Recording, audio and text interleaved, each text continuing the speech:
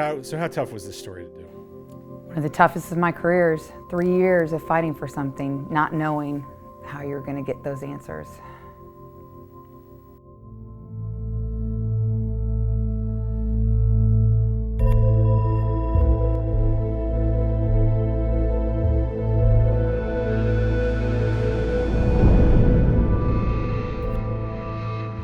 He was a really nice man. He didn't deserve to die. His life was taken way too soon. They had stated that they just couldn't believe he would shoot himself in front of his children. There's no way that this gun could have shot this bullet. The ballistics just didn't match. I saw the guy pointing a gun, and I saw the car. Those children said to us, someone just shot our daddy. I really think they should believe me. The very first words out of my daughter's mouth was, "Did they catch the guy that did it?" We're onto something here. It didn't add up.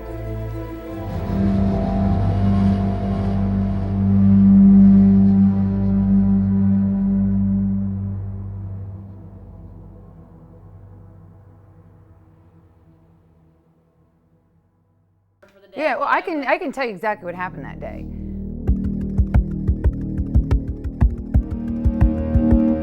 I came in on a Monday morning and we started our editorial meeting, and we talked about the events of the weekend, and it came up that there was this accident near this church off of Hull Street Road, and a father was killed with his 4 children in the car. It was wrapped around the tree. So I go out to this church. I talked to the pastor, and he says, you know, it was divine intervention that they happened to be out cleaning, doing this cleanup that day at the church, and they heard a noise. And next thing you know, they can hear screaming in the woods, and they see these 4 little children running to them for help. And as I'm getting more of this story, I'm learning that this dad was actually shot.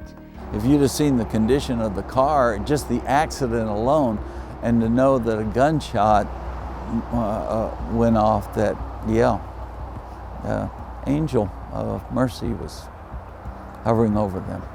And so I do a little bit more digging, and I get in touch with someone named Nathan. Nathan is the father-in-law of the victim, Nick Clavier. So I interview him, and he explains that his grandchildren were in the car and they had gotten into an accident. They're given 2 scenarios. One is a road rage, another is an accidental shooting from his gun. They did find the gun in the car. We have some breaking news in the investigation into the bizarre shooting death of a Chesterfield father. Family members of Nick Clavier confirmed to CBS 6 that investigators have ruled his death an accident.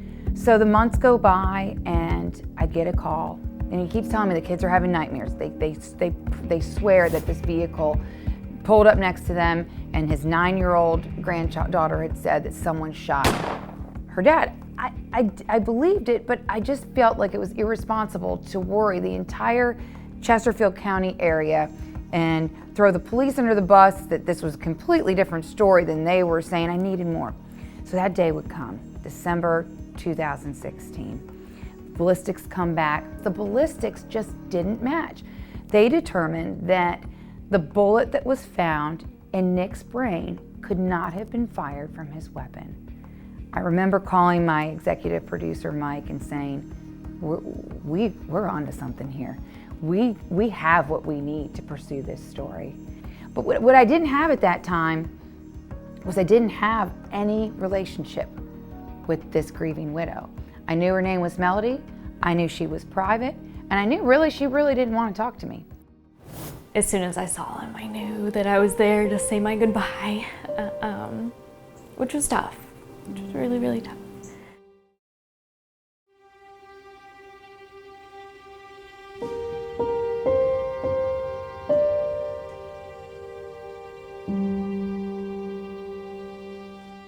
It's Friday night, October 23rd, 2015. I'm packing for a road trip with my mom and my sister to Delaware for my uncle's retirement dinner as chief of police. The next morning was when I was heading out. We were pulling down the road, and he come running out the front door waving his arms to get our attention. And so my mom rolls down the window and she yelled out, you know, what'd she forget now? And he got this look on his face and he said, oh, my kiss? And so he came over, gave me a kiss, told me they'd miss me and he loved me. And a little while later I had sent him a text and, you know, just said that I loved him. And I didn't get a response. And when I called his phone, the police answered, and, you know, they asked me if I was in any relation to Nick Clavier, and, you know, I told them I was his wife, and, you know, they proceeded to tell me that there had been an accident and that the children were okay and that Nick was being taken to the hospital to be looked at. They really didn't indicate just how serious it was, but in my gut, like, I just kind of knew something wasn't right. I immediately started to head back home. It was a 5-hour drive home. I got to the hospital. First thing I did was went into the bathroom and threw up because I just nerves, I guess. And I took the elevator up to the ICU.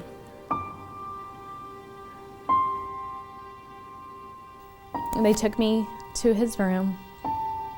I walked in. He had tubes, IVs, wires everywhere. His head was wrapped up, but you could tell from his forehead it was swollen. They told me that part of the bullet was rested in the back of his head and that there was no repair for this, that there was nothing that they could do to save him. And I remember screaming to the top of my lungs, and it was almost like, you know, that bad dream where you're a small child and you're screaming and no one can hear you. Walking out of that hospital room was one of the hardest things I've ever had to do, because the man that I loved was laying on that bed, the person I had promised to spend my whole life with, and I was leaving, and he couldn't come with me. I know I started to tell them, and MIKAYLA immediately broke down. She kept saying, no, Mom, no. And I said, I'm so sorry. And she looked up at me and she said, Mom, did they catch him? That was the very first thing she said to me. As a child, if you'd have seen your dad shoot himself in a moment of raw emotion, that would not have been her statement.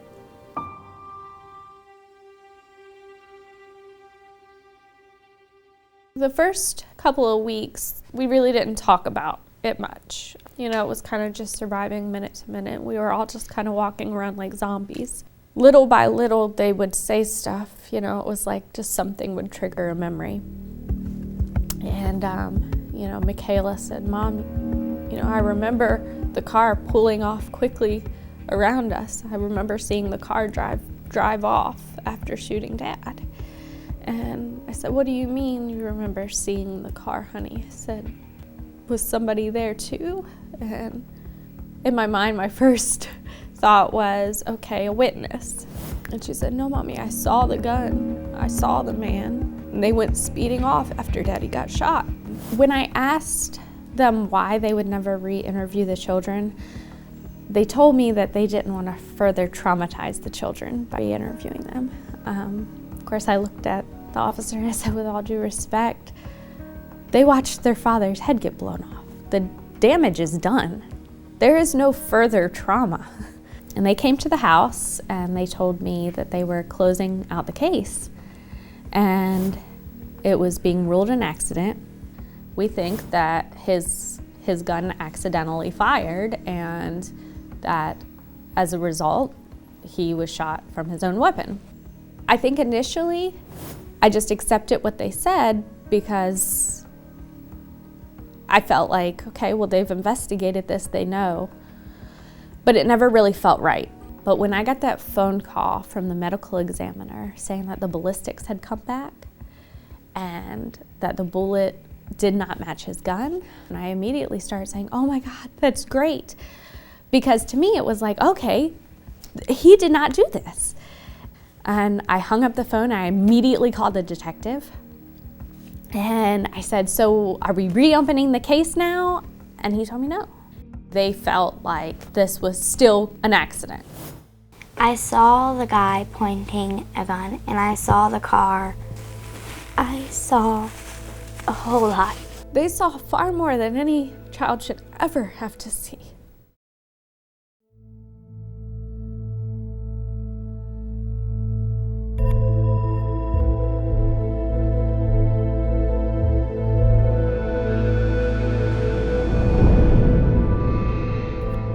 He was not the type of man who would take his own life in front of his children. So I went to this meeting and I sat down with them, and the officers explained to me that yes, the ballistics didn't match, however, that there was a possibility that he fired the wrong caliber of bullet from his gun. They had given me different scenarios where they said like maybe it was altered to fit into his gun, or that maybe he got it from the shooting range, where sometimes they reload bullets, and all these different things that just didn't seem right to me. I left this meeting feeling angry, confused, frustrated, and hopeless, really. With the car wrapped around a tree and smoking, and her father critically injured inside the vehicle. At that point, my dad had given me the name of a reporter who had initially interviewed with them when this all had happened, and he felt very comfortable. He said he really felt like she was genuine in her concern for our family.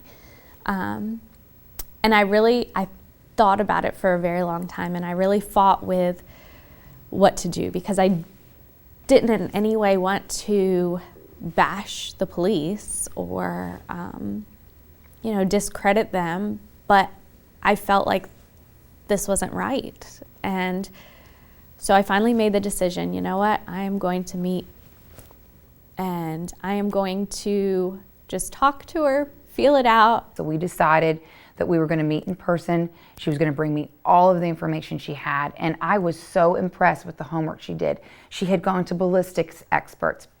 She had gone to the gun range. So a couple days later, we had a date set, and we met with Melody. And I don't think I was prepared for the emotions of that day. There's nothing I can do to fix it. There's nothing I will ever be able to do to fix it. And so at this point, as mom, I can't say, well, the bad guy was caught. And the more and more she talked about her daughter, MIKAYLA, it was so powerful. I had to ask her a tough question. Would you be open to allowing your 9-year-old, would you trust me to interview her? I felt like the only real eyewitness in that car we needed to hear from. More importantly, the police needed to hear from her. In that moment, I was thinking that somebody had tried to hurt us or my dad, and all I knew was I had to be strong for my little siblings. As a mother, I was not prepared for how mature this little girl was and how she poured her heart out to me that day.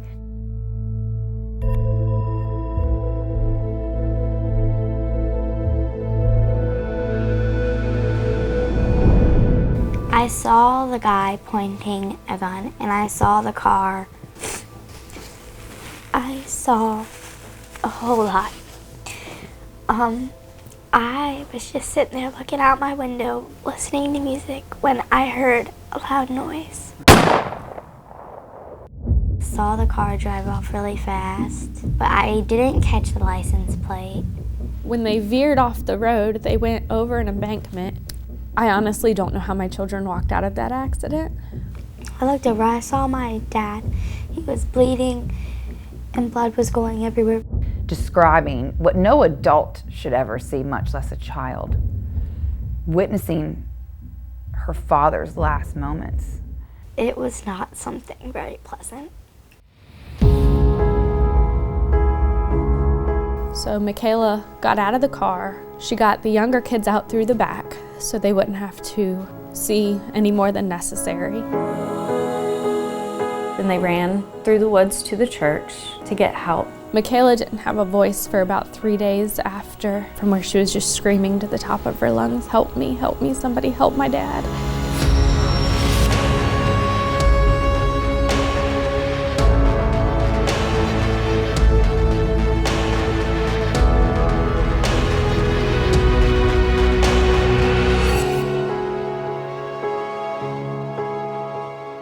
I wish they would reopen the case and try and solve it.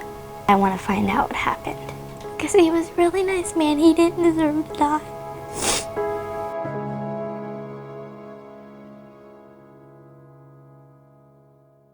I've been doing this for 25 years, and I want you to know I've never in my life met someone more brave than you. Right after I started interviewing MIKAYLA, she had this piece of paper in her hand, and I'm like, what's that, MIKAYLA? It's the car that I saw when I was riding off the side of the road after my dad had just been shot. I was just like looking at all the detail on this car. It was a greenish color car with a black pinstripe. I looked at her and I said, I promise you, I will do everything in my power to get you answers and to find justice for your daddy and for everyone to know the truth. So Mama Bear is going to make sure they listen to you, okay? I promise you that. So I get in touch with the Chesterfield Police Department. I was very open with them. I was very transparent. I made sure that every step of the way they knew what I had. Because honestly, I was waiting for that aha moment of, well, Laura, this is what you don't know. And really, they couldn't give me that because they had to protect their investigation. So I said, we're moving forward, and we'd like to offer you the opportunity to do an interview. They declined at that point, and they provided us with a statement. Another critical part about this story is we needed a gun expert to show us what bullets went into what guns and to tell us exactly what we had been hearing from everyone else, that they were not going to fit into that weapon. When you take the magazine out and you try to load this bullet in there, there's no way, I mean, it's obvious, it cannot go in there. Then when you cock this gun back and lock it back, even if you try this, there's no possible way. It won't even fit down the barrel. So what I'm telling you today, on everything that you've shown me, the documentation that you've shown me, is that there's no way that this gun that was recovered out of that car could have shot this bullet. The police department said, due to the fact that these new witnesses have come forward, we're going to take another look. The markings on the bullet indicated that it could not have been fired from the .380 pistol recovered from the vehicle. Makes it impossible to exclude homicide.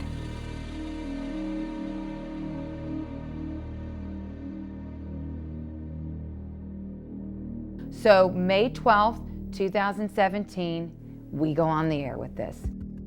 And at that point, you see the gun expert, you hear from Melody, and you hear from 9-year-old MIKAYLA pour her heart out in one of the most emotional interviews of my career. Within 24 hours of my report, I heard from at least 2 witnesses who were at the church that day saying, thank you for doing this story. Those children, from the minute that they ran out of those woods, said to us, someone just shot our daddy. So where did that information get lost? I don't know. At the time, those witnesses were afraid to talk to us, but they did go to police after our report, and the police re-interviewed those witnesses. 10 days after our report, the case is changed from cleared to pending. So the police department said, due to the fact that these new witnesses have come forward, we're going to take another look. Will you sit down? I have something to tell you. Okay.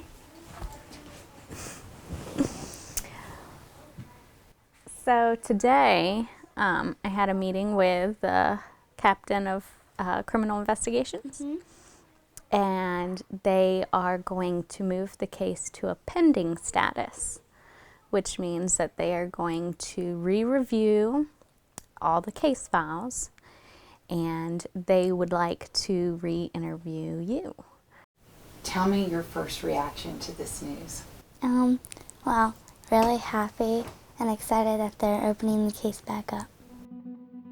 It gave her the comfort of knowing somebody believed her. And just that little bit of validation for her,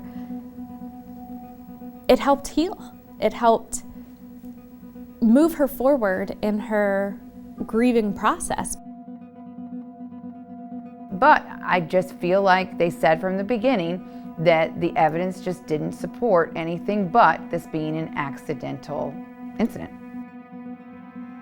So about a month after the police changed the case to a pending status, we learned from Melody that the FBI was now getting involved. We also learned that they were going to be retesting Nick's gun. So I think at that point she realized this isn't just lip service, that they're actually going to do something about it. And the one thing that she had really wanted in all this was for her children to be heard. Because after all, they were one of the few eyewitnesses to that day. I mean, they bushwhacked this entire field all the way down to the dirt. We just wanted to make sure that we were being good to our word and true to our word. You know, we said that we would do a thorough review, and that's exactly what we wanted to do.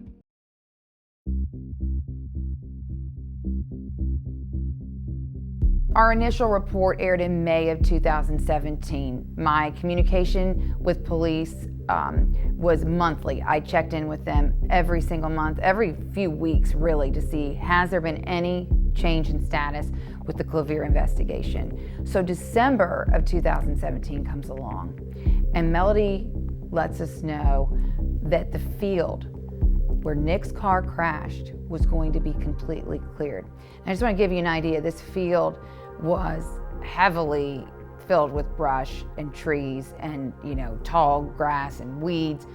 And they bring out, I mean, they bushwhack this entire field all the way down to the dirt. And they bring in dozens of recruits, and they have these metal detectors, and they are going inch by inch by inch through this field. That December 2017 day is when I felt like there was a real turn of events in communication with the police department. For the very first time, Chesterfield Police went on the record with me, went on camera with me, explaining why they were out there. Really, this is the only way that we can say that we've actually done everything we could logically to find out where the truth is in all this. Now, granted, at that point in time, they weren't calling it a crime.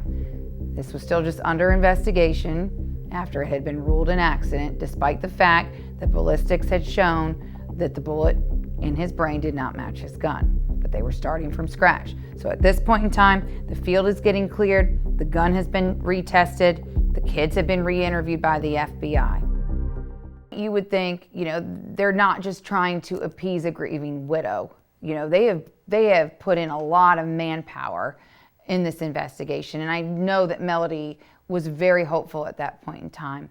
They went and looked at every possible aspect as if this was a fresh new case. These fresh set of eyes were not just average detectives. These fresh set of eyes were part of a group that's called the Unsolved Major Investigations Group. That particular unit is really established to take a look at some of the more challenging cases that traditional investigative methods haven't resolved the case. We would come to find out that they would have these roundtable meetings and they would discuss every theory. Somebody in this roundtable discussion said, let's revisit the entry wound of, you know, where the bullet went in. It was right around Nick's temple. They always had assumed that that was soot from a close range shot.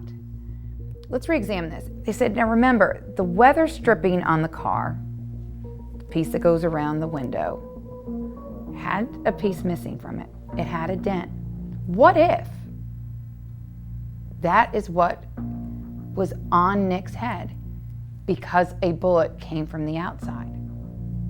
that is when they were onto something. And I believe that is really what made them think, this shot did not come from inside this vehicle. This shot came from outside the vehicle. And we need to change this case to a homicide investigation. The ATF came forward and they offered a $5,000 reward for information. This was a huge piece of the puzzle.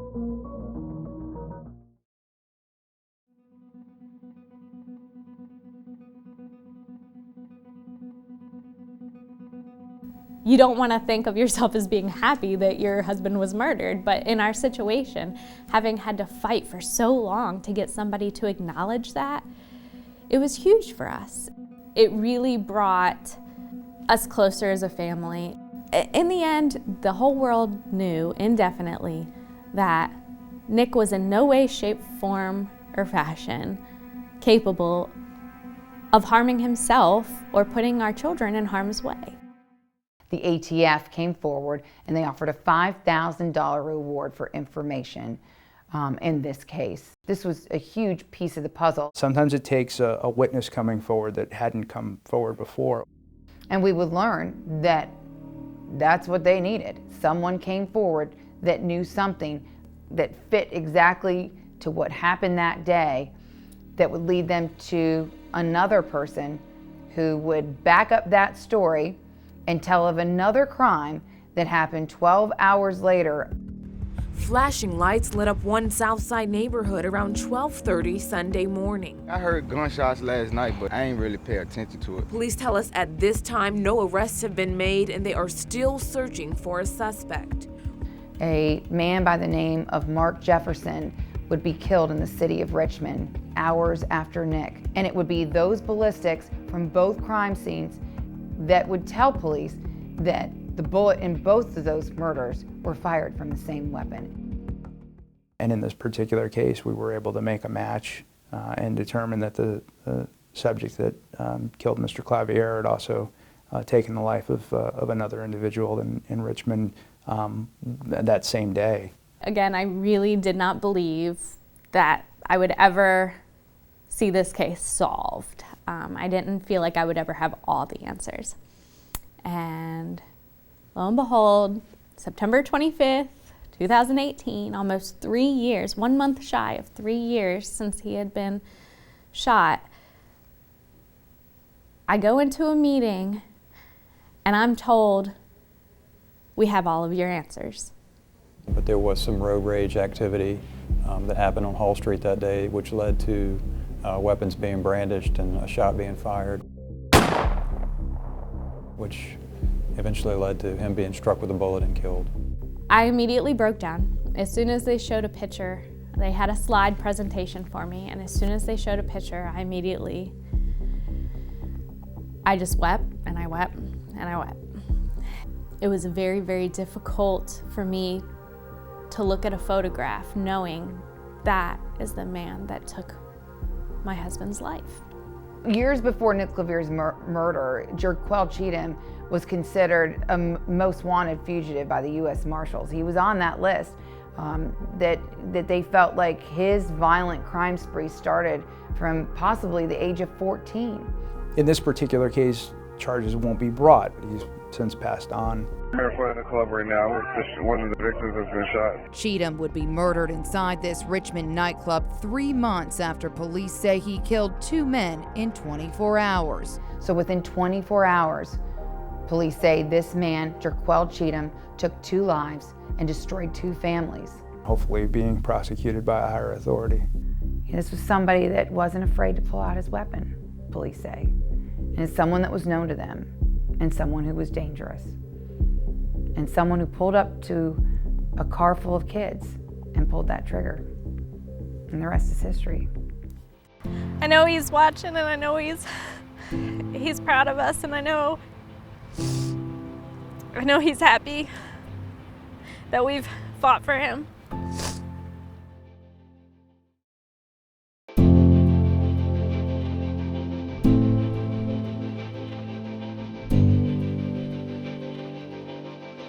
The first night after we found out what happened that day, and we found out that Cheatham was deceased, it was the first night that Jacob didn't get up in the middle of the night.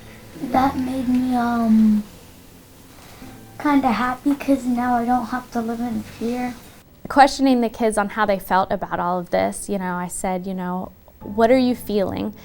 And Jacob got real quiet. And I said, are you okay? And he was like, I'm really sad for his mom.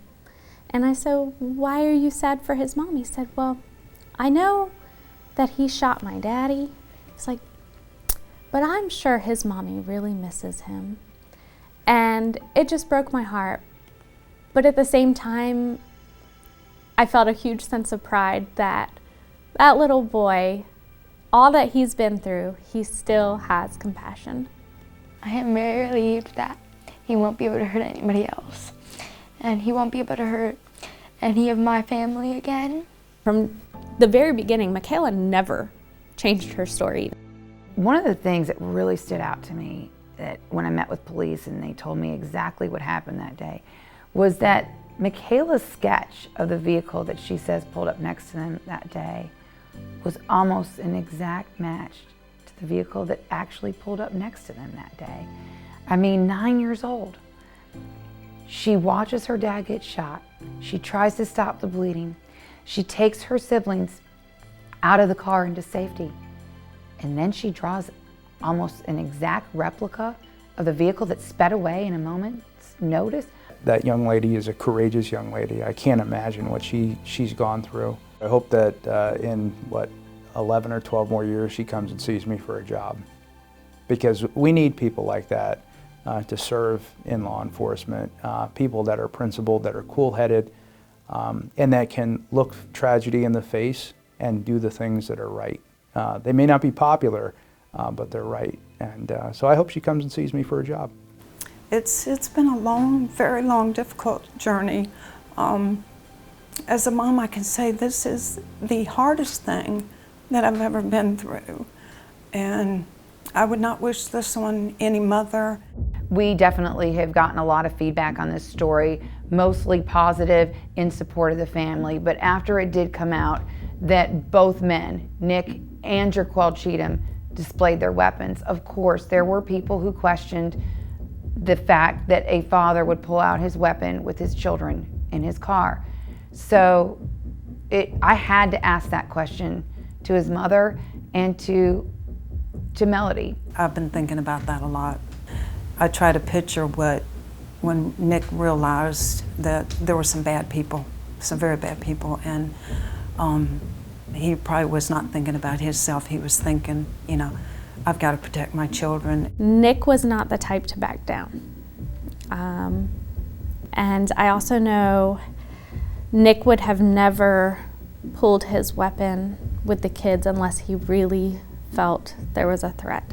He actually would take them shooting and, would go over the things like you never aim a gun at somebody unless you intend to shoot them. Now, since our report, since this was changed to a homicide, Nick's death certificate has been changed, and that was huge for Melody, not because of insurance or anything else, but because she has that piece of paper that shows that her husband did not shoot himself, that somebody else did that day and took his life.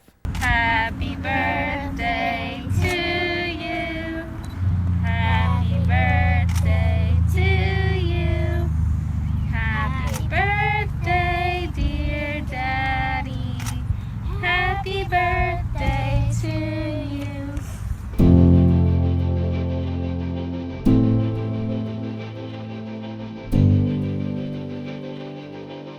His life was taken way too soon. He was robbed from us. But nobody can rob the impression that he left on this world. Like, now that it's all done, like, how do you feel about this? It's been such a roller coaster journey. It's such a rewarding feeling at the end of the day to see this changed family.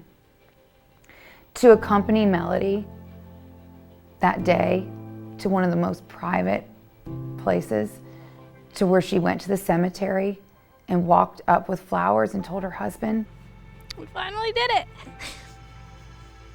I try really hard to always not get too attached to a story, because at the end of the day I have to be impartial. I have to make sure that I'm telling all sides of the story, and I made sure that I still kept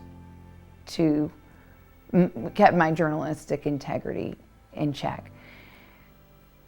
But you can't help not getting emotionally invested as a human being, as a mother, as a wife.